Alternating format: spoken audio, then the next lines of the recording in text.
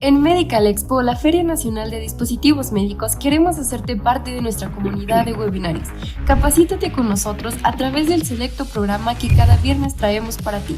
Estamos comprometidos con la industria de la salud. Queremos impulsar tu desarrollo profesional con los temas más relevantes y con la participación de los mejores especialistas en las diferentes áreas del sector, que nos comparten su conocimiento. Trabajamos día a día para brindarte un desarrollo constante. Síguenos y forma parte de nuestra gran comunidad.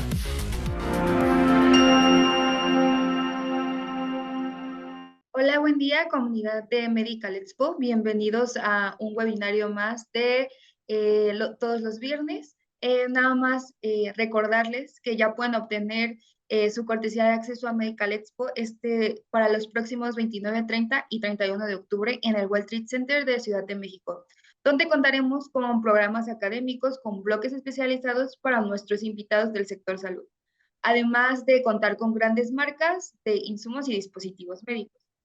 El día de hoy vamos a comenzar nuestra jornada de webinarios eh, con el doctor Arturo Rojas Rosaldo, médico especialista en medicina interna, educador en diabetes, coordinador del Centro D1A para niños y jóvenes con diabetes tipo 1, presidente de la Asociación Mexicana de Diabetes en Jalisco AC. Y bueno, le doy la palabra al doctor, bienvenido, el público es suyo y bueno, comenzamos con el webinar. Muchísimas gracias. Voy a compartir pantalla. Antes de cualquier cosa, pues quiero agradecer al equipo de Medical Expo que siempre está muy entusiasmado en estos emprendimientos de la salud, específicamente a Fara Campos y a Gabriela Cervantes, quienes han sido el contacto a través del cual hemos podido organizar este webinar. Sin más preámbulo, los siguientes minutos vamos a tratar de aprovechar para platicar y hacerles ver por qué es importante la diabetes. ¿Sí? ¿Por qué es importante para la sociedad, para nosotros como individuos, como partes de la familia? ¿Por qué es importante para nuestro país? Y quiero dejar en estos siguientes minutos ese semblante del reto que tenemos hoy en día como parte de México, de este reto de salud y este tema de salud que a todos nos concierne, y hablo a todos, a toda la sociedad, ¿no? ¿Sí? Vamos a platicar de las estadísticas porque lo que no se mide no se puede mejorar. Entonces, vamos a ir de lo general a lo particular en cuanto a las estadísticas mundiales, regionales y locales. Hablaremos de cómo se diagnostica la diabetes, qué importancia tiene tener la glucosa arriba de los niveles normales, y haremos unas pequeñas conclusiones al respecto. En cuanto a las estadísticas, hablando de un aspecto global, pues imagínense que hay casi 550 millones de adultos viviendo con diabetes. Y se ha estimado para las siguientes décadas que esto vaya creciendo. Para el 2030, que ya no está muy lejos, se estima una prevalencia de 600, casi 650 millones de personas. Y para el 45, 783 millones. Esto habla de la importancia que tiene la diabetes a nivel mundial. El problema también es que gran parte de estos pacientes o de estas personas que tienen diabetes no sabe que la tienen. Es decir, hay un porcentaje muy alto, 30-40%, que desconoce que tiene la enfermedad, y esto es un reto pues más elevado para los proveedores de salud. Haciendo una cuantificación de los países que más personas con diabetes tienen, vemos que desde ya algún tiempo México aparece entre los primeros 10 países. 10 países de los 200 y feria de países que tenemos en el mundo. Y se observan, para el 2019 México ocupa el 6º lugar en número de personas, aproximadamente se había cuantificado 12 millones, casi 13 millones de mexicanos con diabetes.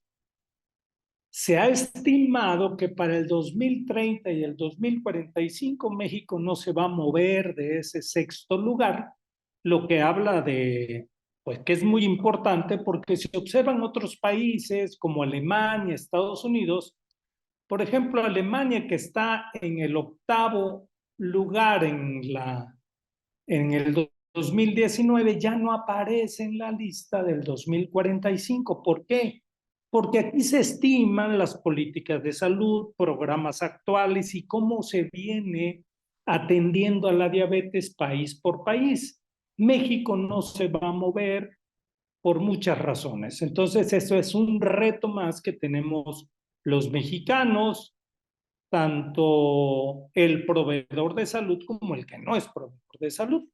Y bueno, y aquí podemos ver, para la encuesta nacional de salud del 2012, se estimaban aproximadamente 6,5 millones de adultos con diabetes en México, de los cuales el 80-85% recibían tratamiento y 50% de ellos conocían su diagnóstico, el resto no, y casi un cuarto de los pacientes lograban alguna meta metabólica. Esto era para una prevalencia de 9.2 de diabetes en los adultos.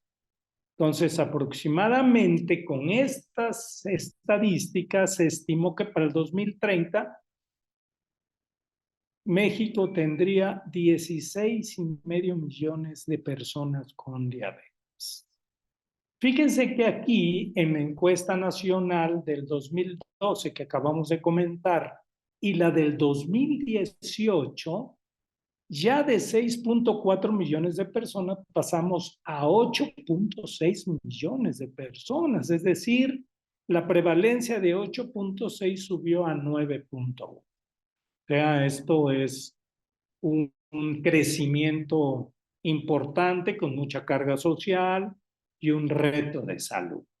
Y en esta última estadística, ya reportada hasta el 2019, vemos que la prevalencia creció a 18.3%, o sea, fue subiendo del 12% al 18.3%, lo que da aproximadamente cómo se incrementó de 367 en 100,000 habitantes a casi 500 personas con diabetes por cada 10,000 habitantes en el 2019. Estos números, pues, son evidentemente un fiel reflejo de la situación que estamos viviendo. Cuando nos inclinamos a ver la mortalidad en América, se dividieron los países en 5 grupos. Los grupos de la parte baja son los que tienen menos prevalencia de defunciones por diabetes y los grupos de la parte alta son los que más tienen y se fueron agrupando según la prevalencia o la incidencia de fallecimientos por diabetes. En la parte baja ven a Canadá, que es el país con menos defunciones por diabetes, Cuba, Colombia, Estados Unidos, Chile, Argentina. Es la parte azul de la parte inferior. Y en la parte superior vemos en número 1 a Guyana y en número 2 México. Esto habla de cómo México está por abajo del resto de los países de América en relación a la mortalidad. Es decir, la mortalidad por diabetes en México es muy importante, incluso con una estadística mayor que el resto de los países, solamente rebasado por Guyana. Entonces, esto es un reto más para nosotros, los proveedores de salud en México, y para nuestras políticas públicas. Y aquí vemos en esta columna, vemos cómo México se refuerza su mortalidad ha ido creciendo en relación al resto de los países. Esto es un semblante de la importancia de la diabetes con nosotros. Entonces podemos concluir en la encuesta última nacional de salud que la prevalencia de diabetes y prediabetes en México alcanza el 16.8% para un total de 14.6 millones de personas, y esto va acorde a los estimados que se habían planteado anteriormente. Entonces, podemos decir que diabetes en México es un tema que nos concierne a todos. Es la primera causa de ceguera, es la primera causa de enfermedad cardiovascular, infartos, embolias, es la primera causa de enfermedad renal crónica avanzada, es decir, aquellos pacientes que llegan a la diálisis, al trasplante renal, es la primera causa de la diabetes. Es la segunda causa de mortalidad total en México y la primera causa de amputación no traumática, con una prevalencia promedio del 14%. Esto ya es una estadística impresionante para nuestro país en relación a esta entidad. ¿Cómo se diagnostica diabetes? ¿Y por qué vamos a platicar de esto? Porque hoy en día todavía existen problemas en la forma de diagnosticarla. De hecho, si ustedes escucharon, hay una gran parte de la población que no sabe que tiene diabetes. Y bueno, vamos a revisar aquí los criterios que existen a nivel mundial para decir que una persona tiene diabetes. Hay 3 rubros o 3 marcadores en donde nos basamos los médicos para decir que alguien tiene diabetes. Me voy a ir de izquierda a derecha. La glucosa de ayuno, la hemoglobina glucosilada, que es un promedio de la glucosa que mantiene una persona en los últimos 3 meses, y la prueba de glucosa casual, que es un chequeo a cualquier hora del día de la glucosa, o a través de una prueba de carga de glucosa, se le da una carga de glucosa y se mide la glucosa a las 2 horas. Comenzando por la glucosa de ayuno, lo normal es tener siempre abajo de 100, 99, 98, 80, 70. Esa es una glucosa normal. Una glucosa que ya está alterada es aquella que está entre 100 y 125. También se le denomina glucosa alterada de ayuno. Para algunos también cae en el término de prediabetes. Y diabetes como criterio es de 126 para arriba. Como verán, no es una cifra tan alta. Mucha gente camina sin saber que tiene arriba de 126 de glucosa en la sangre. Ese es el primer criterio. Hay otro criterio que es la hemoglobina glucosilada. La hemoglobina glucosilada se mide en porcentajes. Lo normal es estar abajo de 5.7. Si rebasamos 5.7 y llegamos a 6.4, decimos que es prediabetes, y si estamos arriba de 6.5, es diabetes. Es otro criterio. Aquí sí quiero comentar que la prueba de hemoglobina glucosilada tiene que ser realizada a través de un método estandarizado mundial, y entonces hemos encontrado mucha variabilidad en nuestros laboratorios.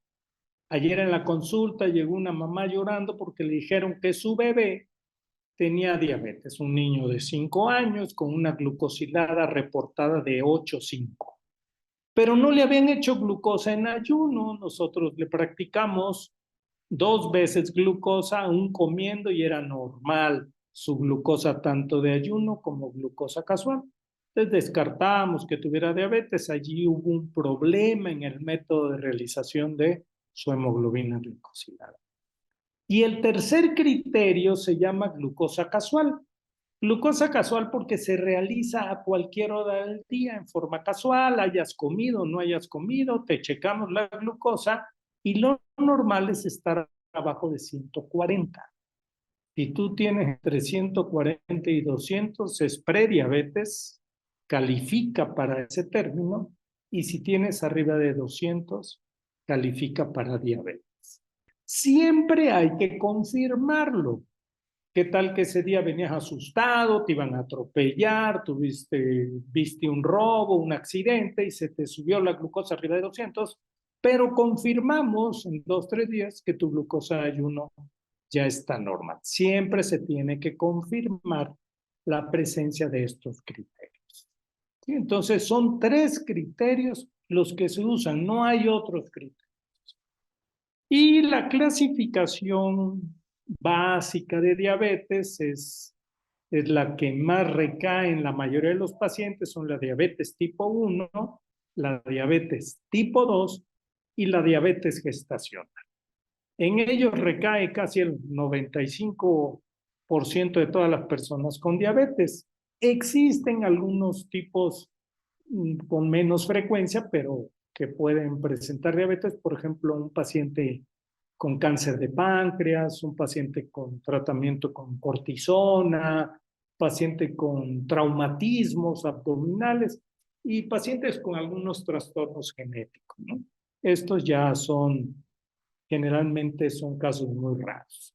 La diabetes tipo 1, que antiguamente le decían diabetes juvenil, porque generalmente se presenta en los niños, pero se puede presentar en cualquier edad, es aquella en donde hay un ataque inmune, se forman anticuerpos que atacan a la parte del páncreas que produce insulina y esto hace que sobrevenga la diabetes, ¿sí? Entonces, aunque no hay una estadística muy clara en nuestro país, no existe acerca de la diabetes tipo 1, se están haciendo ya los esfuerzos a nivel mundial y a nivel regional. Aquí en Jalisco ya se inició esa pesquisa porque hemos visto que la incidencia de diabetes tipo 1 está creciendo bastante, ¿eh? La diabetes gestacional es aquella diabetes que sobreviene cuando aumentan las hormonas del embarazo y estas, al hacer una resistencia a la acción de la insulina, pues sobreviene esta diabetes. Generalmente aparece ya en el 3er mes de embarazo o en adelante y desaparece en algunas personas una vez que se alivia tanto por cesárea o por parto. Y la diabetes tipo 2, que es la que predomina en nosotros, en la sociedad, de cada 100 pacientes con diabetes, casi 90-92% tienen diabetes tipo 2 y este es más multifactorial, ¿sí? ¿Por qué multifactorial? Porque, bueno, anteriormente se pensaba que era primordialmente genética, ¿sí? Pero hoy en día los determinantes sociales, ambientales, alimentación, sedentarismo, sobrepeso, influyen mucho en la generación de la diabetes tipo 2. Entonces, en esta, pues poco a poco se va perdiendo la capacidad de producir insulina o de que actúe adecuadamente y sobreviene la diabetes. Son los 3 tipos o clases de diabetes que vamos a reconocer generalmente entre nosotros, la sociedad. Podemos concluir que con estudios muy simples y al alcance de cualquier persona, se puede hacer este diagnóstico, como es la glucosa de ayuno, la glucosa casual y la hemoglobina glucosilada. Como verán, tenemos al alcance de la mano el poder, estas herramientas, poder diagnosticar diabetes cuando tenemos mucha gente que no sabe. ¿Cuáles son los factores de riesgo de diabetes? Bueno, los factores de riesgo son factores genéticos, factores ambientales como el consumo de alimentos procesados, azucarados, antecedentes de enfermedad de diabetes gestacional, de ovarios poliquísticos, de acantosis nigricans, que es un oscurecimiento de la piel en zonas de pliegue en muchas personas, el mismo sobrepeso, un estilo de vida con poca actividad física, el uso de ciertos medicamentos como las cortisonas, las estatinas, medicamentos retrovirales, el sobrepeso, la adiposidad y algunos marcadores de laboratorio, triglicéridos elevados, ácido úrico elevado, aminotransferasa alanina elevada.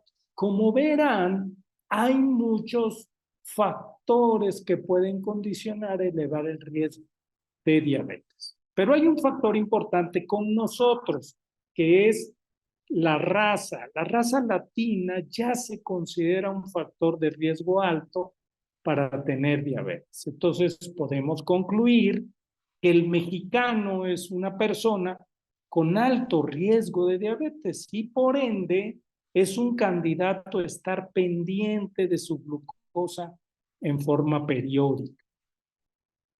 ¿Cómo y cuándo investigar diabetes? Bueno, realizar la prueba que habíamos comentado, puede ser una glucosa casual, una glucosa de ayuno. Generalmente es hacerla en personas arriba de 40 años, cuando cada 3 años en caso de que tengan riesgo o si tienen muchos factores de riesgo, sobrepeso, antecedentes familiares, acantosis nigricans, se puede hacer incluso cada 12 meses o cada 6 meses.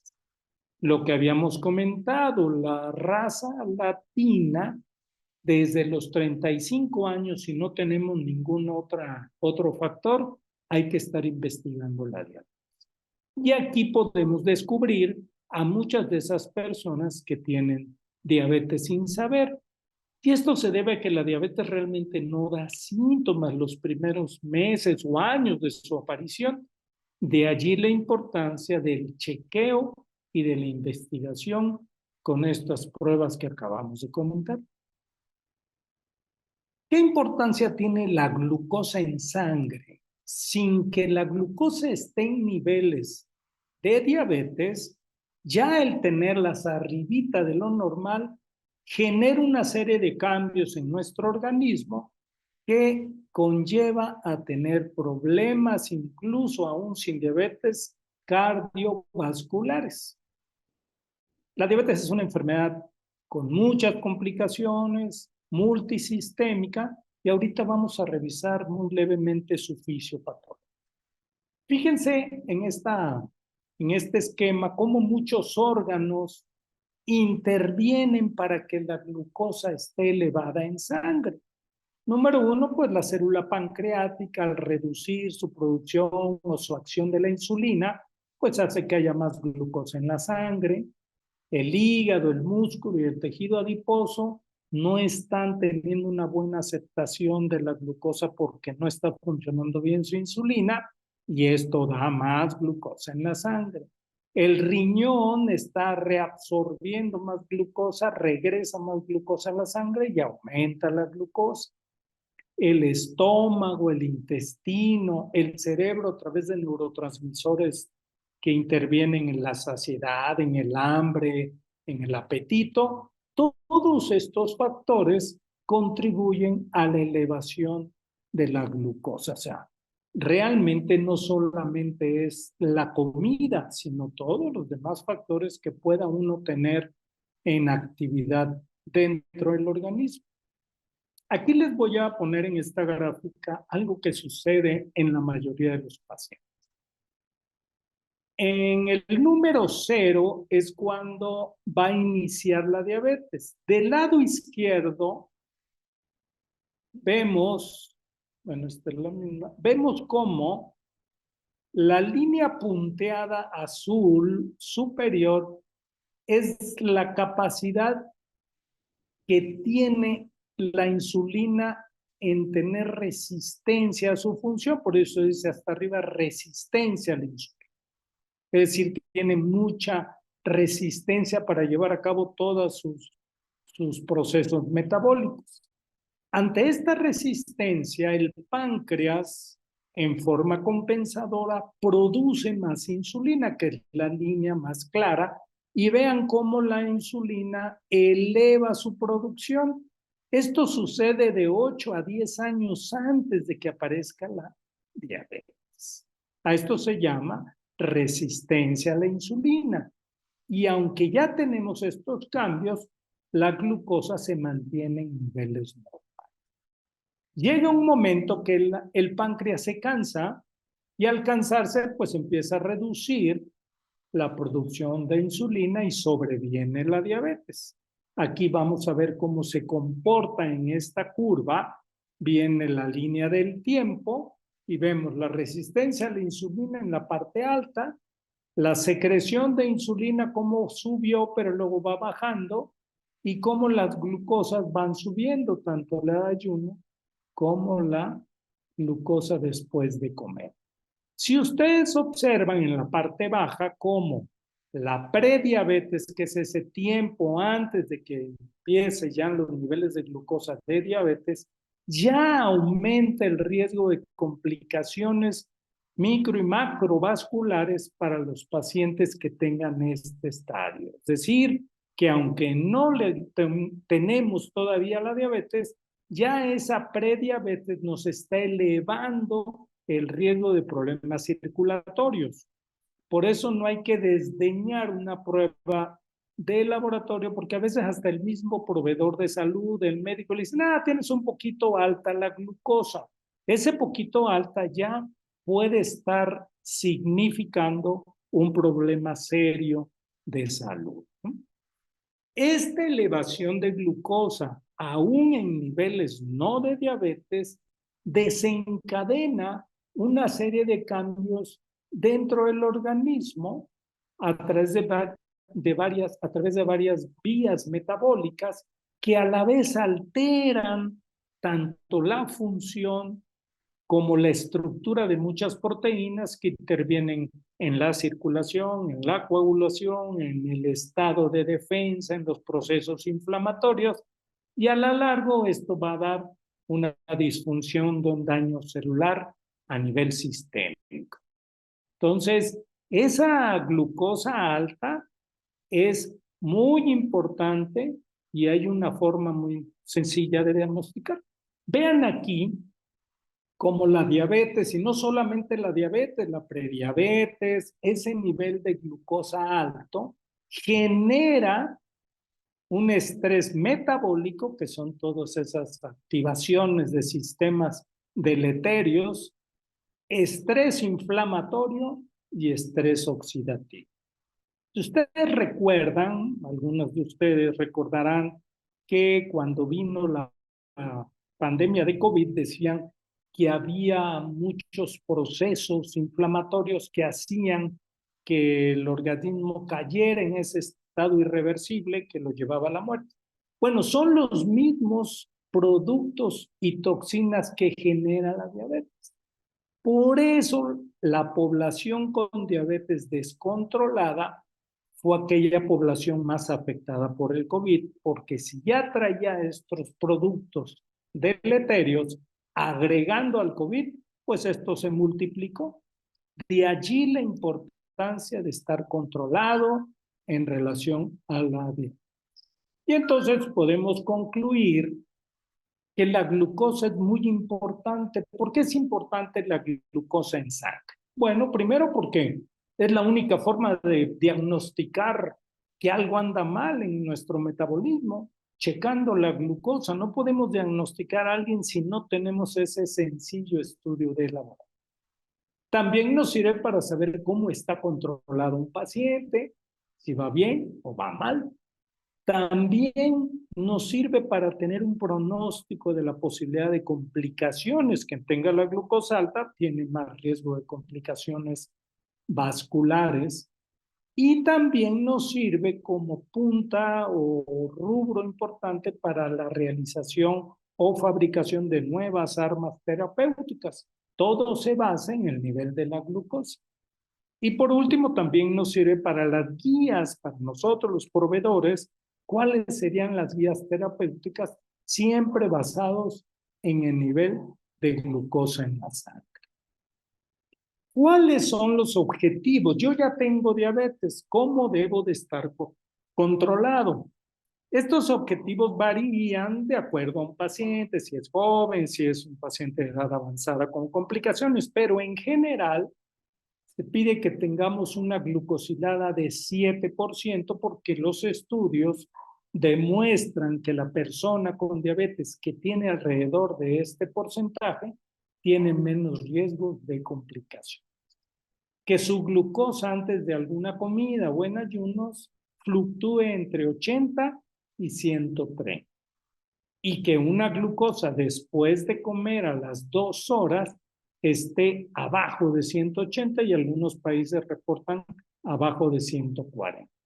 Siempre acompañada de las medidas para tratar de bajar de peso porque se ha demostrado que el sobrepeso y la hiperglucemia o azúcar alta en la sangre son dos binomios muy, muy deleterios al organismo. Estos son los objetivos mínimos necesarios, más otros marcadores, pero hablando de la glucosa que debemos de alcanzar en el tratamiento de una persona. Y quiero aprovechar hablar aquí ahorita de los niveles de prevención. Promoción de la salud, protección específica, diagnóstico temprano, limitación del daño y rehabilitación. Estos niveles de prevención existen desde hace muchos años y se aplican para todas las enfermedades. Los dos primeros, promoción de la salud y protección específica, se aplican cuando un paciente todavía no tiene enfermedad. Desde niños o el adulto come bien, lleva una vida saludable, hace ejercicio, lávate los dientes, lávate las manos, chequeos periódicos, trata de buscar información que te lleve a una buena salud. Todo eso es el primer nivel de prevención porque ya estamos previniendo enfermedades si llevamos una vida sana. El tercer punto del lado izquierdo es el diagnóstico temprano y tratamiento específico. Lo que acabamos de decir, pendientes del diagnóstico, checar la glucosa y en ese momento ya tomar medidas. ¿Sabes qué? Te vamos a poner en este tratamiento, en estas medidas alimentarias, ve y visita a un educador en diabetes, al nutriólogo, al médico y chequeos periódicos para evitar complicaciones. Cuando estamos tomando ya un paciente que está muy avanzado, tratamos de aplicar las medidas para detener esa enfermedad y para evitar complicaciones mayores. Y por último, la rehabilitación, ¿no? Pacientes que ya fueron amputados, que están ciegos, se les hacen las medidas necesarias para poder solventar y llevar una mejor calidad de vida. O sea que los niveles de prevención se aplican de acuerdo en qué etapa lleva una enfermedad. Lo ideal sería que las primeras dos lograran evitar llegar a la 3 y que la 3 con un buen tratamiento llegara a evitar esas complicaciones. Eso es lo ideal en cualquier enfermedad. Pero en diabetes estamos llegando muy tarde. Pacientes que llegan a la consulta ya con complicaciones muy avanzadas y vemos pacientes jóvenes que ya se tienen que dializar, pacientes jóvenes que hay que amputarles una parte del pie o toda la pierna, pacientes en edad propiamente activa, con ceguera y en fin, realmente, ¿qué nos está pasando que no estamos previniendo? Hoy leía un artículo en una revista que se llama Primary Care de Diabetes por la Universidad de Emory en Atlanta, en Estados Unidos. Ellos se dedican mucho a las estadísticas e hicieron un estudio en América Latina y escogieron a 10 países. Entre ellos estaba México, Argentina, Brasil, Chile, Ecuador, Bolivia, México, y a través de encuestas observaron ¿Cuáles eran los países que a los pacientes con diabetes les hacían dentro de su consulta medidas de prevención? Por ejemplo, una medida que evita complicaciones es revisar los pies. Todo paciente con diabetes tiene que ser revisado de los pies en cada consulta, de la edad que tenga, del tiempo que tenga de evolución. Pues bueno, sale que algunos países alcanzaron apenas arribita del 50% de sus pacientes a ser revisados. Los mejores países calificados fueron Brasil, Chile y las Islas Vírgenes. En ellos, apenas arriba del 50%, o sea, la mitad de sus pacientes revisan.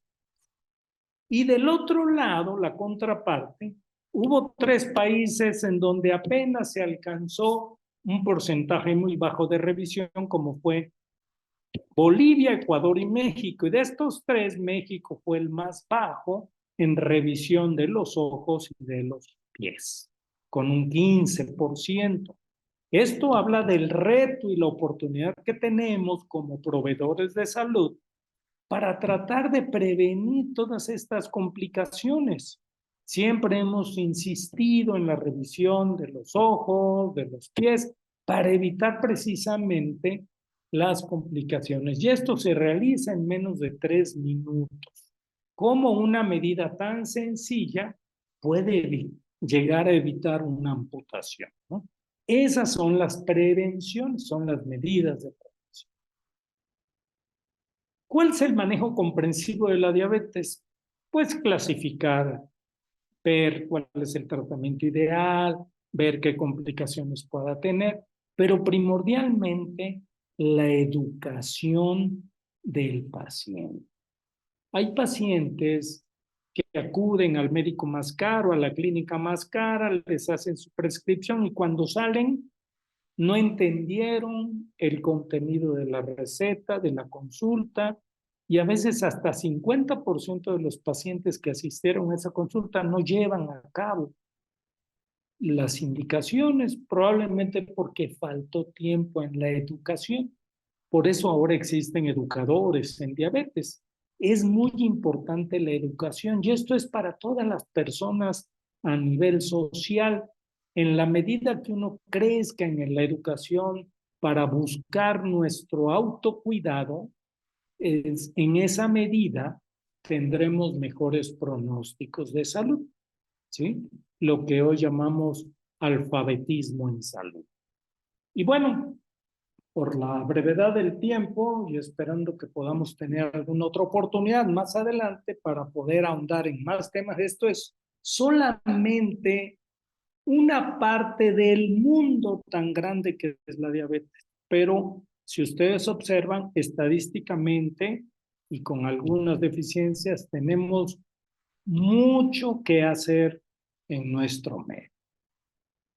Quiero concluir, pues que es una condición bastante importante, es un tema de salud que nos concierne a todos en nuestra sociedad, tiene una alta prevalencia generando una carga social severa, gastos, complicaciones, mortalidad, morbilidad, disminución de la calidad de vida y entonces gran parte de nuestros pacientes no alcanzan el control por muchos factores, culturales, sociales, educativos, económicos, pero es un reto que tenemos que enfrentar y mejorar. Hay personas que desconocen que tienen diabetes y con estas sencillas pruebas que acabamos de mencionar, podemos saber que tienen diabetes. Necesitamos mejorar nuestro alfabetismo en salud para tener mejores condiciones de vida. Y el alfabetismo en salud es esa capacidad que tenemos cada uno de los individuos en los conocimientos hacia la salud, el autocuidarse, el llevar una vida sana para tener una buena salud. Se ha visto que México tiene muy bajo alfabetismo en salud, como lo acabamos de ver en la prevención de la revisión de los pies. Y el alfabetismo en salud se aplica tanto al proveedor de salud como al propio paciente. Y quiero cerrar con un pensamiento que siempre me gustó del doctor John McKinley. Él es un epidemiólogo y hace muchos años determinó y hacía la analogía entre la enfermedad y un río que le fluye con rapidez, un rápido, ¿no? Entonces, los médicos estamos tan ocupados y entretenidos en complicaciones, diabetes con amputación, pacientes con daño renal, pacientes con un infarto, que pocas veces volteamos a ver río arriba quién trae todas estas complicaciones. Lo ideal sería irnos río arriba para ver quién está generando el mal control, la alimentación, la educación, el alfabetismo en salud, porque esos serían determinantes sociales sobre los que podemos incidir para no llegar a estar recogiendo nada más complicaciones en la parte baja del río. Esa es la analogía. Lo ideal es mejorar el alfabetismo en diabetes a través de un programa educativo estructurado de políticas de salud. Debiéramos de tener un poquito más de apertura y de contacto con la población en general para que conozca primero pues, la importancia de la diabetes y las formas en que podemos educar. En esta fotografía, junto con la doctora Capelletti, un servidor, estamos dando un seminario de educación a jóvenes con diabetes tipo 1 aquí en Jalisco. Y bueno, pues creo que con estos pequeños comentarios espero haber dejado claro por qué la diabetes es un tema de salud que nos concierne a todos nosotros. Muchas gracias y agradezco como siempre a todo el personal de Expo Medical, a las personas que estuvieron presentes y a toda la gente que pues bueno, esperemos que podamos incidir en los aspectos de educación en diabetes. Muchas gracias. Muchas gracias, doctor. Vamos a pasar a la sesión de preguntas y respuestas. Ya en el chat les van a estar dejando el enlace para que puedan obtener su constancia. Recuerden que deben de ser pacientes, ya que a veces falla un poco el sistema que tenemos y no pasa nada, pueden volver a generar la constancia, recargar la página para que puedan obtenerla de manera más eficiente o guardar el enlace y probar en otro buscador. Y bueno, ahora sí, pasando a la parte de preguntas y respuestas, pregunta Jackie. ¿Qué opina, doctor, del ayuno intermitente que practican los pacientes diabéticos para el control de la glucosa? Dentro de los estándares de manejo de un paciente que tiene diabetes, tanto tipo 1 como tipo 2, ya existen mucha evidencia científica sobre cuál es el plan ideal alimentario. Ya hay que llevar una dieta alimentaria saludable. No existe realmente un plan de alimentación específico para diabetes. Hay que comer sanamente con sus porcentajes y sus distribuciones adecuadas que incluyan todos los grupos de alimentos. Más frutas, más verduras, más cereales, menos carne, menos grasas.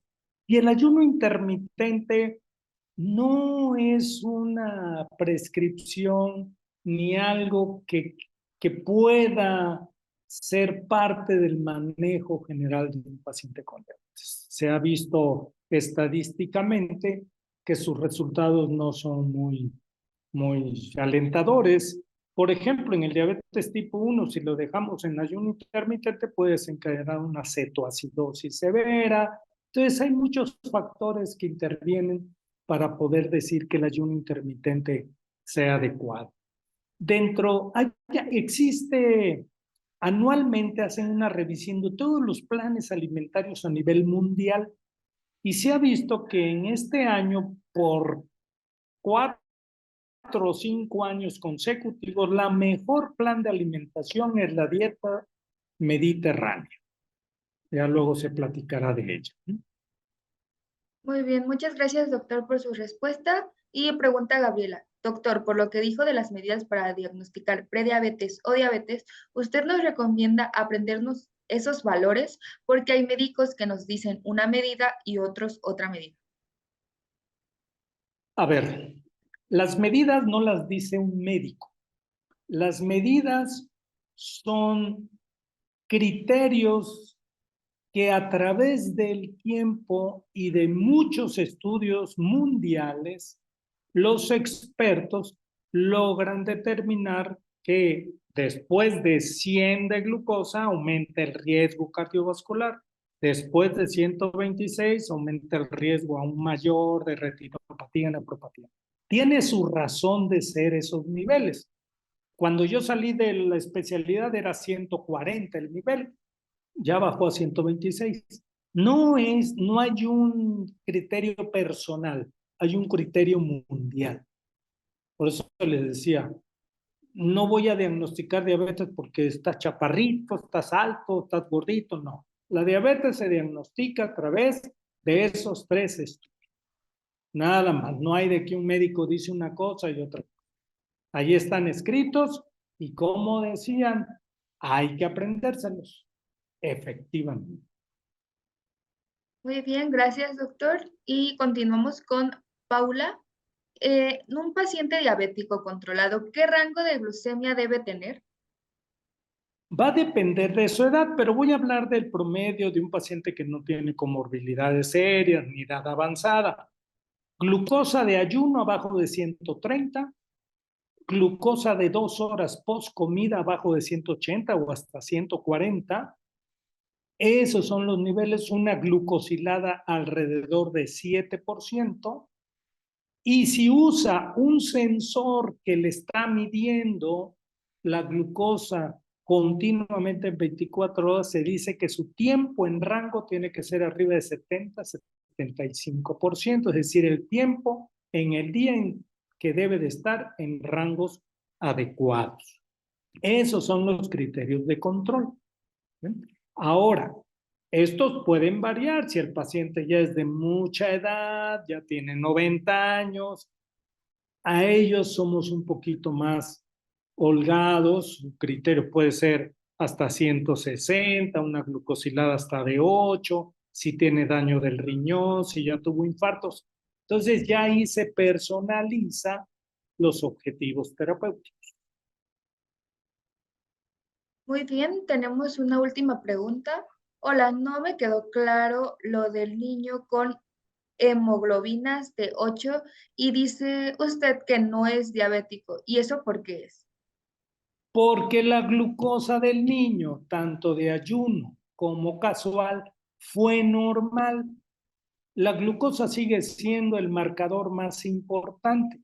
Si yo me baso en la glucosilada y le doy insulina, mato al niño. O sea, primero hay que checar la glucosa, que es el marcador más importante. Por eso puse, cuando hablamos de hiperglucemia, ¿qué importancia tenía la glucosa alta? Primero en el diagnóstico. O sea, no podemos decirle a alguien que tiene diabetes si no tiene la glucosa alta.